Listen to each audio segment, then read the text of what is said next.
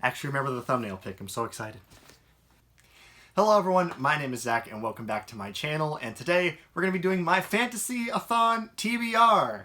Yes, that's right, I am doing Fantasy-A-Thon once again. I did this the first round, failed horribly, but we're trying it again because I'm going to be out of school and it will be just the perfect time to do it. So, why not?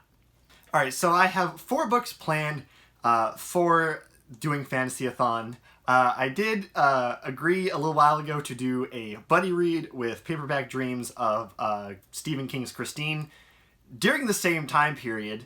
Am I going to ask Kat to move it? No. Am I still doing the readathon? Yes. Is this a bad decision? Probably, but I'm going to do it. I only have 1 physical novel for this readathon, so that I think is really going to help with multitasking, so I think I'll be doing just fine.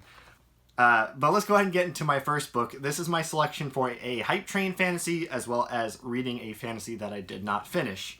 And that is Stephen King's The Gunslinger, which I have on cassette tape. I hear you saying, Zach, why do you have The Gunslinger on cassette tape? I'm a music nerd. I have a cassette deck because of that. I saw it at a bookstore, and I am nostalgic because I remember when the library just had tons and tons of books on cassette. And being a Stephen King fan and a fan of cassette tapes and being nostalgic for both cassettes and audiobooks on cassettes, I just thought it would be a really funny culmination of things to own. And it was like $2 more than buying a brand new mass market paperback. And so I thought it'd be just kind of a funny piece for my collection. So that's why I have it. It is pretty nerdy and pretty weird, but this is one of my favorite pieces of my bookish collection. I did listen to the first side of the first cassette around the time I got it, just to kind of check the audio quality, and it was okay. I think there was other things I was doing at the time, so I didn't get around to finishing it. So I'm excited to see it. A lot of people say this is one of Stephen King's best books, if not his very best book, which I am intrigued, partially because Boston Books said this was by far her least favorite, and she thinks it's by far the worst. And I've heard some other people really dislike it. So I'm interested to see where I will fall. And also just Stephen King doing fantasy, like not fantasy horror, but just straight up fantasy. I'm interested to see how it goes. So we'll see. It's only about 6 hours, and it's read by Frank Moeller, so shouldn't have any problems there.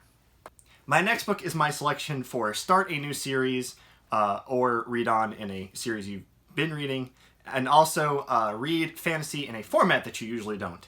And one format that I used to love back in middle school, but I have not read probably since middle school, is some manga. So I went ahead and picked up Dragon Quest Monsters Volume 1. I was talking with Shayla from Shay Geeks Out at BookNet Fest, and she really got me excited to try manga again. So I've been thinking about it, and so when I saw this category of read a new format, I was like, oh, well, this is a good excuse to pick up manga. Dragon Quest, if you're unfamiliar with it, started as a video game series. If you're familiar with Final Fantasy, Dragon Quest has for a long time been its rival, even though the companies responsible for both properties have now merged, and Dragon Quest actually came out before Final Fantasy. But its artwork is by Akira Toriyama, who did Dragon Ball and Dragon Ball Z. This is not by Mr. Akira Toriyama. I'll put the name up because I'm not even going to try to pronounce that. But I do like Dragon Quest. It's kind of got a wacky sense of humor because I've played Dragon Quest IX quite a bit. I think I put 33 hours into it. I really like the Dragon Quest world, and it is definitely fantasy, and it is fantasy manga. So we gonna see how we do. Alright, the next book is my physical read, and that is Winterwood by Shay Earnshaw, which is the group read. As I'm sure you all know by now, I am an absolute fanboy for The Wicked Deep, so I am very excited to see what Shay Earnshaw does with this novel. Hopefully it has that kind of creepy atmosphere that The Wicked Deep had, just with dark forest setting.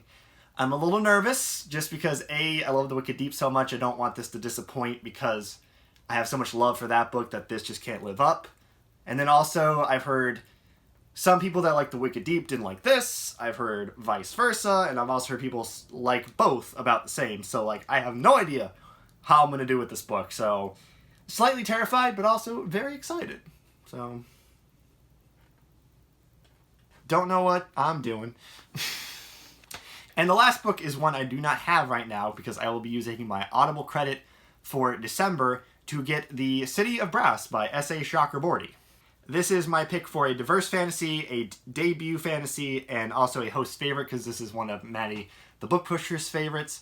I am getting my credit like halfway through Fantasy-A-Thon, so I am going to have to like sort of marathon it, but I think I'll be okay. Famous last words. But yeah, so we will see, and hopefully I love it as much as Maddie does.